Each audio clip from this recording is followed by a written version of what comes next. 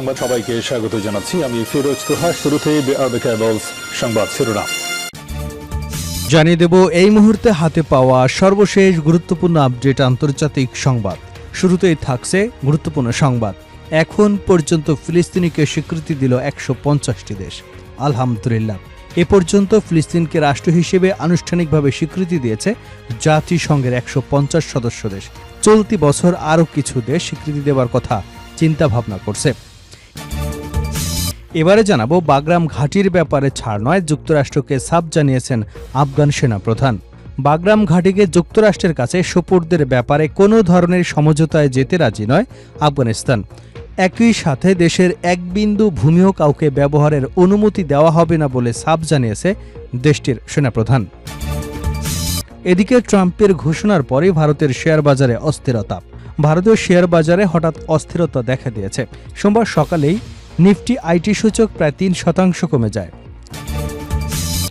জানিয়ে দেব আরব বা মুসলিম ন্যাটো এবার কি আলোর মুখ দেখবে? কাতার ইসরায়েলের এই হামলায় নড়ে চড়ে বসেছে আরব উপসাগরীয় দেশগুলো। সৌদি আরব পাকিস্তানের যৌথ প্রতিরক্ষা চুক্তির পর আরব ন্যাটো বা মুসলিম ন্যাটোর ধারণা জোরে গুঞ্জন শুরু হয়েছে। যদিও অতীতে এ ধরনের উদ্যোগ নেওয়া হলেও তা শেষ পর্যন্ত আলোর মুখ দেখেনি। এবার দেখা যাক শেষ পর্যন্ত কি হয়। এবং সর্বশেষ জানাবো হৃদয় বিদারক সংবাদ। গাজায় একই পরিবারের ২৫ সদস্যকে হত্যা করল ইসরায়েল।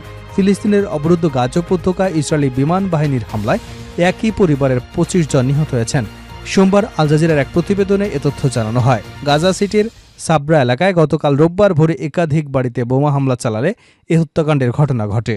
এতক্ষণ শিরোনাম শুনছিলেন, এবার বিস্তারিত। প্রিয় দর্শক, আপনি যদি এই চ্যানেলে নতুন হয়ে থাকেন, ভিডিওটি দেখতে দেখতে চ্যানেলটি সাবস্ক্রাইব করে আমাদের সঙ্গে থাকুন। আর এই ভিডিও সম্পর্কে আপনি আপনার মূল্যবান মতামতটি কমেন্ট বক্সে জানিয়ে দিন। আর হ্যাঁ প্রিয় দর্শক, জানিয়ে দিন ভিডিওটি কোথা থেকে দেখছেন। এখন পর্যন্ত ফিলিস্তিনিকে স্বীকৃতি দিল ১৫০টি দেশ। ফিলিস্তিনকে রাষ্ট্র হিসেবে আনুষ্ঠানিকভাবে স্বীকৃতি দিয়েছে জাতিসংঘের ১৫০টি সদস্য দেশ। চলতি বছর আরও কিছু দেশ স্বীকৃতি দেবার কথা চিন্তা করছে। সম্প্রতি কাতার ভিত্তিক গণমাধ্যম আল জাজিরার এক প্রতিবেদনে এ তথ্য জানানো হয়েছে।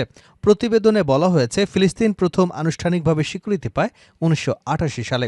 ওই বছর একসাথে ৮২টি দেশ তাদের স্বীকৃতি দিয়েছিল। এরপর ধাপে ধাপে আরও অনেক দেশ স্বীকৃতি দিয়েছিল। এই ধারাবাহিকতা এখনও চলমান রয়েছে।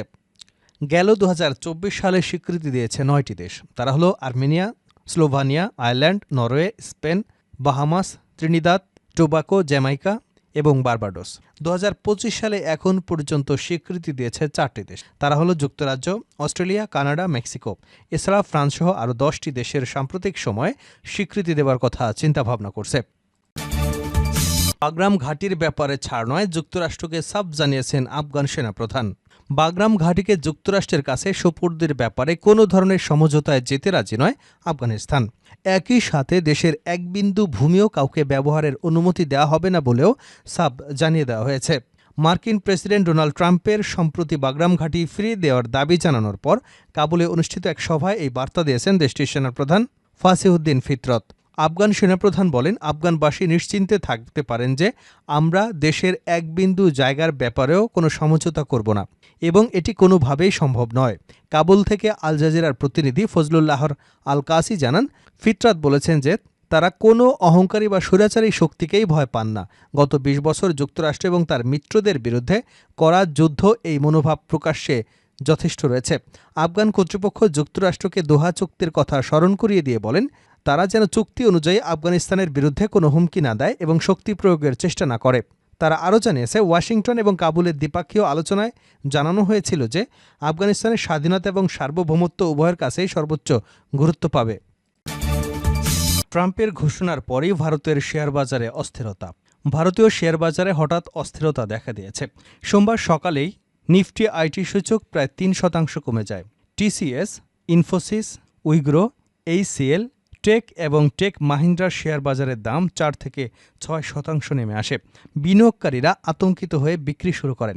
এমন অবস্থায় মূল কারণ হল যুক্তরাষ্ট্রের হঠাৎ ঘোষিত H-1B ভিসা ফি $১,০০,০০০।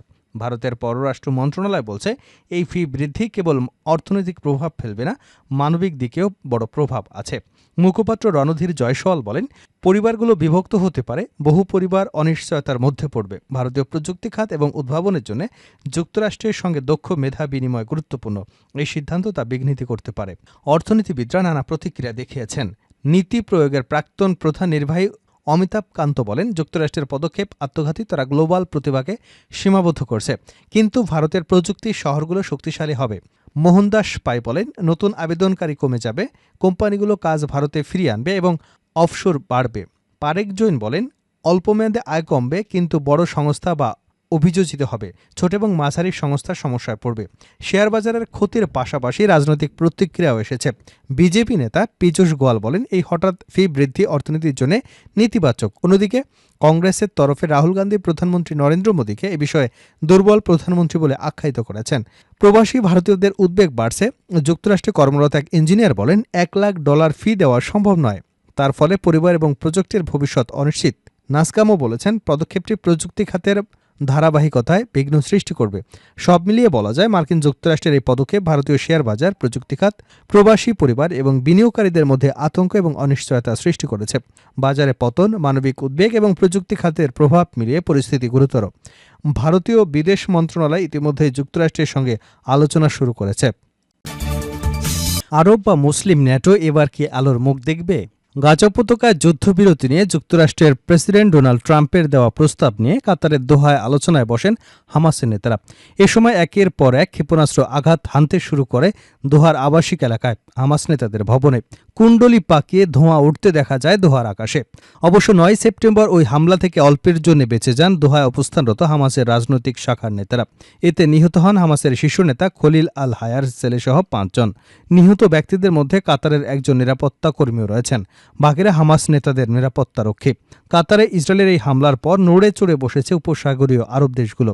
বিশেষ করে যুক্তরাষ্ট্রের সঙ্গে কাতারের কৌশলগত সম্পর্ক থাকার পর ইসরায়েলের এমন স্পর্ধা হজম করা কঠিন হয়ে উঠেছে উপসাগরীয় নেতাদের জন্য। বিশেষ করে হামলার আগে ইসরায়েল বিষয়টি প্রেসিডেন্ট ডোনাল্ড ট্রাম্পকে জানিয়েছেন। এমন খবর প্রকাশ্যে আসার পর আরব নেতারা বিকল্প চিন্তাভাবনা করতে শুরু করেছেন, এমন গুঞ্জন উঠেছে। ইসরায়েলের হামলায় ক্ষুব্ধ প্রতিক্রিয়া জানায় কাতার। 15 সেপ্টেম্বর দোহায় ইসলামিক সহযোগিতা সংস্থা ও উপসাগরীয় সহযোগিতা সংস্থার জরুরি সম্মেলনের আহ্বান করা হয়। সেখানে প্রায় 60টি দেশের নেতা এবং কর্মকর্তারা অংশগ্রহণ করেন। বেশিরভাগ নেতাই ইসরায়েলের বিরুদ্ধে সম্মিলিত ব্যবস্থা গ্রহণের পরামর্শ দেন।